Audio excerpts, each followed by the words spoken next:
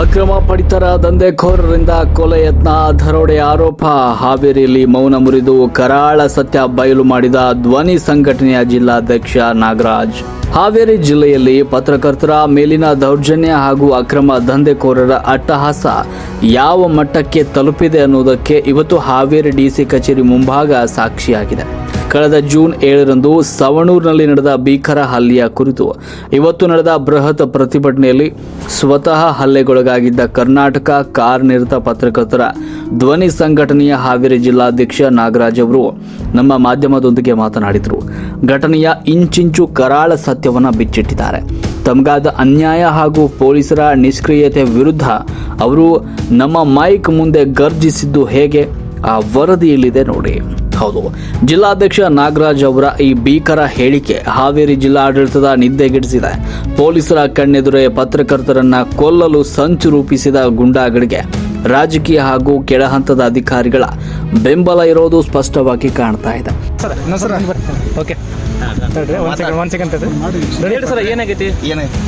ಏನಾಗಿತ್ತಂದ್ರೆ 7/6/2026 ನಾವು ಈವ್ನಿಂಗ್ ಆಗಿದ್ದು ಸಾಯಂಕಾಲ ನಾವಿಲ್ಲಿ ಹಾವೇರಾಗ ಆಲ್ರೆಡಿ ನಾವು ಮತ್ತು ನಮ್ಮ ಇನ್ನೊಬ್ಬರು ಸಂಜೀವಾಣಿ ರಿಪೋರ್ಟರ್ ಅಂತಂದ್ರೆ ನಾವು ಅಲ್ಲಿ ನಿಂತಿದ್ವಿ. ನಿಂತು ಇದು ಮಾಡ್ಬೇಕಾದ್ರೆ ನಮಗೊಂದು ಫೋನ್ ಬರ್ತೈತಿ. ನೂತನ ಜಿಲ್ಲಾಧ್ಯಕ್ಷ ಕರ್ನಾಟಕ ಕಾರ್ಯನಿರತ ಪತ್ರಕರ್ತರ ಧ್ವನಿ ನೂತನ ಜಿಲ್ಲಾಧ್ಯಕ್ಷ ಆಯ್ಕೆ ಆಗಿದ್ದಕ್ಕೋಸ್ಕರ ಎಲ್ಲ ನಿಮ್ಗೊಂದು ಸಣ್ಣದ ಸನ್ಮಾನ ಕಾರ್ಯಕ್ರಮ ಇಟ್ಕೊಂಡೇವಿ ಬರ್ರಿ ಅಂತಂದು ಹೇಳಿ ಸವಣೂರಿಗೆ ಕರೀತಾರೆ, ಆಹ್ವಾನ ಕೊಡ್ತಾರೆ. ಅವಾಗ ನಾವು ಹೋಗಿ ಸವಣೂರ್ನಾಗ ಹೋಗಿ ಉಡುಪಿ ಹೋಟೆಲ್ನಾಗ ಕುಂತಿರ್ತೀವಿ ರೀ. ಉಡುಪಿ ಹೋಟೆಲ್ನಾಗ ಕುಂತಾಗ ನನಗೆ ಒಂದು ಮುನ್ನಾಗೌಡಿಗಿರಿಯವರು ಫೋನ್ ಮಾಡ್ತಾರೆ. ಫೋನ್ ಮಾಡಿ ಸರ್ ಎಲ್ಲಿದ್ರಪ್ಪ, ಇಲ್ಲಿ ಉಡುಪಿ ಹೋಟೆಲ್ ಹಿಂಗೆ ಇದೀವಿ ಅಂತಂದಾಗ ಇವರು ಬರ್ತಾರೆ ನಮ್ಮ ಹತ್ರ. ಬಂದಾಗ ನಿಂದಿರ್ತೇವೆ. ನಿಂತಾದ ಮೇಲೆ ಒಬ್ರು ಏನು ಮಾಡ್ತಾರೆ, XYZ ಒಬ್ರು ಗಾಡಿ ಹಿಡಿತಾರೆ. ಒಂದು ಯಾವುದೋ ಪಡಿತಾರೆ, ಅಕ್ಕಿ ಕಾಳು ಸಾಗಾಣಿಕೆಯನ್ನು ಹಿಡಿತಾ ಇರ್ತಂತೆ. ಅದು ಸಂಬಂಧಪಟ್ಟಂಗೆ ಅವ್ರು ಏನು ಮಾಡ್ತಾರೆ, ಮುನ್ನಾಗೌಡಿಗಿರಿಯವರಿಗೆ ಫೋನ್ ಮಾಡ್ತಾರೆ. ಫೋನ್ ಮಾಡಿದ ತಕ್ಷಣ ಏನು ಹೇಳ್ತಾರೆ, ಸರ್ ಈ ಥರ ಹಿಂಗೆ ಅಕ್ಕಿ ಗಾಡಿ ಹಿಡಿದೀವಿ, ಸ್ಪಾಟಲ್ಲಿ ಕೂಡ ಪೊಲೀಸರು ಕೂಡ ಬಂದಾರ, ಅದಕ್ಕೋಸ್ಕರ ನೀವು ಬರ್ಬೇಕಂತಂದು ಮುನ್ನಾಗೌಡಿಗಿರಿ ಕರೀತಾರೆ. ಮುನ್ನಾಗೌಡಿಗಿರಿ ಏನು ಮಾಡ್ತಾರೆ, ನನಗೂ ಹೇಳ್ತಾರೆ, ಇಲ್ರಿ ಸರ್ ಮತ್ತೆ ಹಿಂಗೆ ಹಿಡ್ದಾರಂತ ನೀವು ಬರ್ರಿ ಅಂತಂದು. ಇಲ್ಪ ನಾನು ಸ್ವಲ್ಪ ಬೇರೆ ಕೆಲಸ ನೀವು ಹೋಗ್ರಿ ಅಂತ ನಾನು ಅವ್ರಿಗೆ ಕಳಿಸ್ತೇನೆ. ಕಳಿಸಿ ಆದಮೇಲೆ ಏನಾಗುತ್ತೆ, ಅಲ್ಲಿ ಏನಾಗುತ್ತೆ, ಪೊಲೀಸರಿಗೆ ಅವ್ರಿಗೆ ವಾಗ್ವಾದ ಆಗ್ತಿರ್ತೈತಿ. ಅಂಥವತ್ತು ಇವ್ರು ಏನು ಮಾಡ್ತಾರೆ, ನನಗೆ ಫೋನ್ ಹಚ್ತಾರೆ, ಸರ್ ಇಲ್ಲ ಈ ಥರ ಪೊಲೀಸರಿಗೆ ಅವ್ರಿಗೆ ವಾಗ್ವಾದ ಆಗತ್ತೈತಿ, ಸ್ವಲ್ಪ ನೀವು ಏನಾದರೂ ಬರ್ಬೇಕಂತ ಹೇಳ್ತಾರೆ. ಅವಾಗ ನಾ ಏನು ಮಾಡ್ತೇನೆ, ತತ್ಕ್ಷಣ ಏನು ಮಾಡ್ತೀನಿ, ನಮ್ಮ ಇನ್ನೊಬ್ಬರನ್ನ ಸಿಬ್ಬಂದಿ ಕರ್ಕೊಂಡು ನಾವೇನು ಮಾಡ್ತೀವಿ, ಅಲ್ಲಿ ಸ್ಪಾಟ್ಗೆ ಹೋಗಿ ಏನಾಗೈತಿ ಏನಿಲ್ಲ ಅಂತಂದ್ರೆ ವಿಡಿಯೋ ಮಾಡ್ಕೋತೀವಿ. ವಿಡಿಯೋ ಮಾಡಿಂದ ಅದಕ್ಕೆ ಗಾಡಿಗೆ ಯಾವುದೇ ರೀತಿ ನಂಬರ್ ಪ್ಲೇಟ್ ಇರೋಂಗಿಲ್ಲ, ವಿತೌಟ್ ನಂಬರ್ ಪ್ಲೇಟಿಂದ ಗಾಡಿ ಹೊಡಿತಿರ್ತಾರೆ. ಅದಕ್ಕೋಸ್ಕರ ನಾವು ಪೊಲೀಸರನ್ನ ಪ್ರಶ್ನೆ ಮಾಡ್ತೀವಿ, ಅಲ್ಲ ಸರ್ ಈ ಥರ ನಂಬರ್ ಪ್ಲೇಟ್ ಇಲ್ಲಂಗೆ ಹೊಡಿತಾರೆ, ಯಾರ್ಯಾರು ಗುದ್ಕೊಂಡವ್ರು ಯಾರು ಹೊಣೆ, ಯಾರು ಜವಾಬ್ದಾರ ಅಂತ ನಾವು ಕ್ವೆಶನ್ ಮಾಡ್ತೀವಿ. ಅಷ್ಟು ಕ್ವೆಶನ್ ಮಾಡಿದ ಅಷ್ಟು ಹೊತ್ತೇನ ಅಕ್ರಮ ಪಡಿತರ ಸಾಗಾಟ ಮಾಡ್ತಕ್ಕಂಥ ದಂಧೆಗೋರು ಬರ್ತಾರೆ. ಅಲ್ಲಿ ಸ್ಪಾಟಿಗೆ ಬಂದ ತಕ್ಷಣ ಅವ್ರು ಏನು ಮಾಡ್ತಾರೆ, ಯಾರು ಗಾಡಿ ಹಿಡ್ದಾರ ಏನಂತಂದು ಎಲ್ಲ ಇದು ಮಾಡ್ಕೊಂತ ಪೊಲೀಸರಿಗೆ ಆವಾಜ್ ಮಾಡ್ತಾರೆ, ನಾವು ಮಂತಿ ಎಲ್ಲ ಕೊಡ್ತೀವಲ್ಲ, ಹೆಂಗೆ ನೀವು ಗಾಡಿ ಹಿಡಿದು ಹೆಂಗೆ ಇದು ಮಾಡ್ತೀವಿ. ನಾನು ಅವ್ರಿಗೆ ಮಾತಾಡ್ತೇನೆ, MLA ಮಾತಾಡ್ತಾರೆ, ಅವ್ರು ಮಾತಾಡ್ತೀನಿ, ಅವ್ರು ಮಾತಾಡ್ದಾಗ ಏನಾಗುತ್ತೆ, ನಾನು ಅವಾಗ ಏನು ಮಾಡ್ತೇನೆ, ವಿಡಿಯೋ ಮಾಡೋಕೆ ಮುಂದಾದಾಗ ಏನು ಮಾಡ್ತಾರೆ, ಸಡನ್ನಾಗಿ ಫೋನ್ ಹೊಡಿತಾರೆ, ಏಕಾಏಕಿ ಏನು ಮಾಡ್ತಾರೆ, ರಮ್ಯ ಹಲ್ಲೆ ಮಾಡ್ತಾರೆ.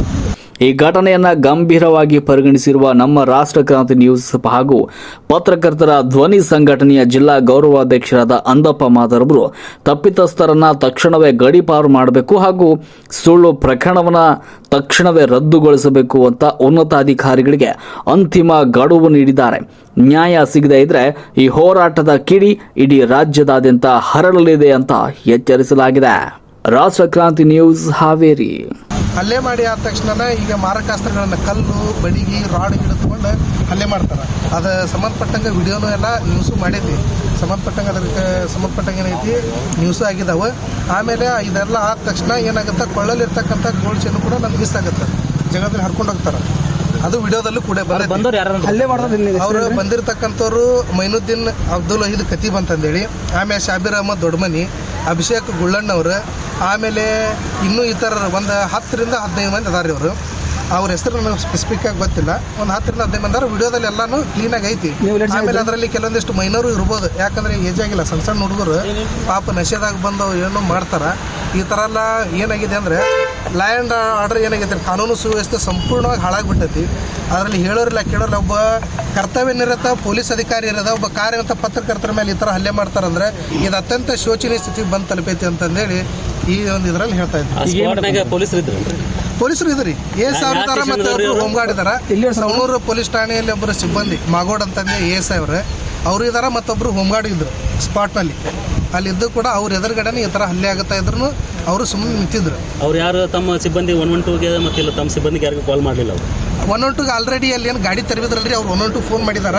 ಅದನ್ನ ಬೇಕಾದ್ರೆ ನೀವು ಎನ್ಕ್ವೈರಿಗೆ ತೆಗೆಸಿದ್ರು 112 ರೆಕಾರ್ಡ್ ಇರ್ತದೆ.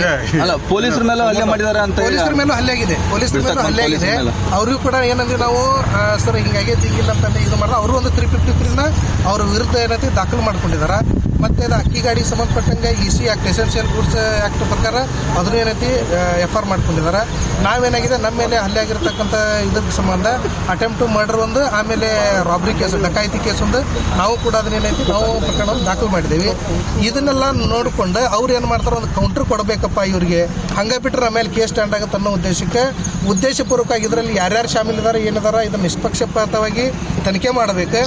ಆಮೇಲೆ ಏನು ಮಾಡಿದ್ದಾರೆ, ನಮ್ಮ ಮೇಲೇ ಸುಳ್ಳು ಪ್ರಕರಣ, ಒಂದು ಜಾತಿ ನಿಂದನೆ ಕೇಸ್, ಮತ್ತು ಒಂದು ನಾವು ಅವ್ರ ಮೇಲೆ ಇದು ಹಾಫ್ ಮರ್ಡರ್ ಮಾಡಿದ್ದೀವಿ ಅನ್ನೋ ಥರ ಒಂದು 307 IPSC 307 ನಮ್ಮ ಮೇಲೆ ಬುಕ್ ಮಾಡ್ತಾರೆ.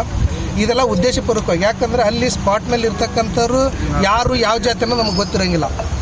ನಾವು ಪತ್ರಕರ್ತರಾಗಿ ನಾವು ಸಮಾಜದಲ್ಲಿ ಆಗ್ತಕ್ಕಂಥ ಅನ್ಯಾಯ ಅಕ್ರಮವನ್ನು ಬಯಲುಗಳಿಗೆ ಹೋದಾಗ ಆಮೇಲೆ ಅಕ್ರಮವಾಗಿರ್ತಕ್ಕಂಥ ಗಾಡಿ ಡ್ರೈವರು ಈ ಥರ ಒಂದು ಸುಳ್ಳು ಕೇಸನ್ನು ಕೊಡ್ತಾನಂದ್ರೆ ಅದನ್ನು ಮುಚ್ಚಿ ಹಾಕೋಕ್ಕೋಸ್ಕರ ಈ ಒಂದು ಸುಳ್ಳು ಕೇಸನ್ನು ದಾಖಲು ಮಾಡಿದ್ದಾರೆ.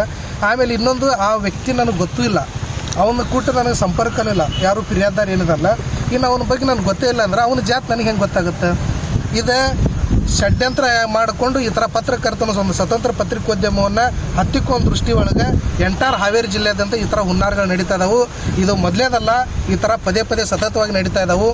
ಆಮೇಲೆ ಯಾವುದ್ಯಾವುದೋ ಕೆಲವೊಂದಿಷ್ಟು ಏನು ಮಾಡ್ತಾರಂದ್ರೆ ಆಮಿಷಕ್ಕೊಳಗಾಗಿ ಪೊಲೀಸರಾಗಿರ್ಬೋದು, ಕೆಲವೊಂದಿಷ್ಟು ರಾಜಕಾರಣಿಗಳ ಕೈವಾಡದಿಂದ ಇವ್ರೇನು ಮಾಡ್ತಾರ ಭಾಳಷ್ಟು ಬೇರೂರು ಬಿಟ್ಟಿದ್ದಾರೆ.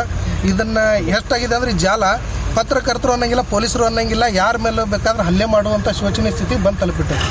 ಈಗ ಘಟನೆ ನಡೆದು ಇವತ್ತಿಗೆ ಎಷ್ಟು ದಿವಸ ಆಯಿತು ಮತ್ತು ಪೊಲೀಸರು ಇದರ ಬಗ್ಗೆ ಯಾವ ರೀತಿ ಕ್ರಮ ತೆಗೆದುಕೊಂಡ್ರು?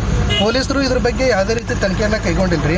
ಯಾಕಪ್ಪ ಅಂದ್ರೆ ಅವರು ಏನು ಮಾಡಿದ್ದಾರೆ ಅಂದರೆ ಆರೋಪಿಗಳ ಸ್ವತಃ ಪೊಲೀಸರ ಮೇಲೆ ಹಲ್ಲೆ ಮಾಡಿದ್ರು ಕೂಡ ಮತ್ತು ಪತ್ರಕರ್ತರ ಮೇಲೆ ಹಲ್ಲೆ ಮಾಡಿದ್ರು ಕೂಡ ಅವ್ರನ್ನ ಬಂದು ಅವ್ರು ಬಂಧಿಸುವಲ್ಲಿ ಪೊಲೀಸರು ಕೂಡ ವಿಫಲಾಗಿದ್ದಾರೆ.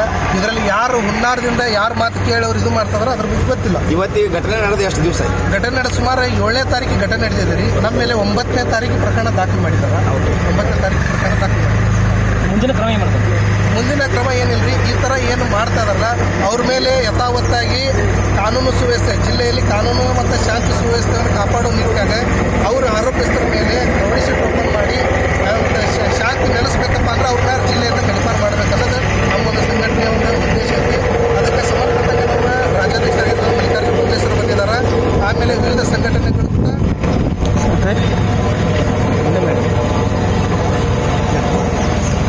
ಹಾವೇರಿ ಜಿಲ್ಲೆಯಲ್ಲಿ ಶಾಂತಿ ಮತ್ತು ಸುವ್ಯವಸ್ಥೆ ನೆಲೆಸಬೇಕಂದ್ರೆ ಇವ್ರ ಮೇಲೆ ರೌಡಿ ಶೀಟರ್ ಓಪನ್ ಮಾಡಿ ಶಾಂತಿ ಒಂದು ಹಾವೇರಿ ಜಿಲ್ಲೆ ಶಾಂತಿ ನೆಲೆಸಬೇಕಂದ್ರೆ ಇವ್ರನ್ನ ಜಿಲ್ಲೆಯಿಂದ ಗಡಿಪಾರು ಮಾಡ್ಬೇಕನ್ನೋ ನಮ್ಮ ಸಂಘಟನೆ ಒಂದು ಆಶೆ ಐತಿ.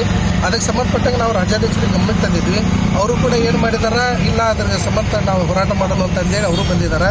ಇವತ್ತು ನಾವು ಸಾಂಕೇತಿಕವಾಗಿ ಒಂದು DC ಅವರಿಗೆ ಮತ್ತು ಸಂಬಂಧಪಟ್ಟಂಥ SP ಅವರಿಗೂ ಕೂಡ ಇದನ್ನೊಂದು ಮನವಿ ಕೊಡ್ತಾ ಇದ್ದೀವಿ. ಇದರಲ್ಲಿ ಮೇನು ಯಥಾವತ್ತಾಗಿ ಹೇಳ್ಬೇಕಂದ್ರೆ ಅಕ್ರಮ ಪಡಿತರ ಅಕ್ಕಿ ಸಾಗಾಟದಂತೆ ಹಾವೇರಿ ಜಿಲ್ಲೆಯಾದಂಥ ಯಥಾವತ್ತ ಭಾಳ ಜೋರು ನಡೆದೈತಿ. ಇದರ ಯಾವ ಪತ್ರಕರ್ತರಂಗಿಲ್ಲ, ಯಾರು ಅನ್ನಂಗಿಲ್ಲ, ಯಾರು ಬೇಕಾದ ಮೇಲೆ ಹಲ್ಲೆ ಮಾಡ್ತಾರೆ, ಆಮೇಲೆ ಲಾರಿ ಹತ್ತಿಸ್ತಾರೆ. ಈ ಥರ ಪ್ರಕರಣಗಳು ಭಾಳಷ್ಟು ನಡೆದಿದ್ದಾವೆ.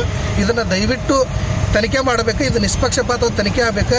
ಇದು ಒಂದು ವೇಳೆ ತನಿಖೆಯಲ್ಲಿ ಏನಾದರೂ ಲೋಪದೋಷಗಳು ಕಂಡು ಬಂದಲ್ಲಿ ನಾವು ರಾಜ್ಯಾದ್ಯಂತ ಉಗ್ರವಾದ ಹೋರಾಟವನ್ನು ಮಾಡ್ತೀವಿ ಅಂತಂದೇಳಿ ನಾವು ಹೇಳ್ತಾ ಇದ್ದೀವಿ. ಅದರ ಪ್ರಕಾರ ರಾಜ್ಯಾಧ್ಯಕ್ಷರು ಕೂಡ ಮಲ್ಲಿಕಾರ್ಜುನ ಬಂಗ್ಲೇಶ್ವರ ಬಂದಿದ್ದಾರೆ. ಅವರು ಹೇಳ್ತಾರೆ ದಂಧೆಗೂ ಹೆಸರು ಹೇಳಿದ್ರಾ? ಮಾಡ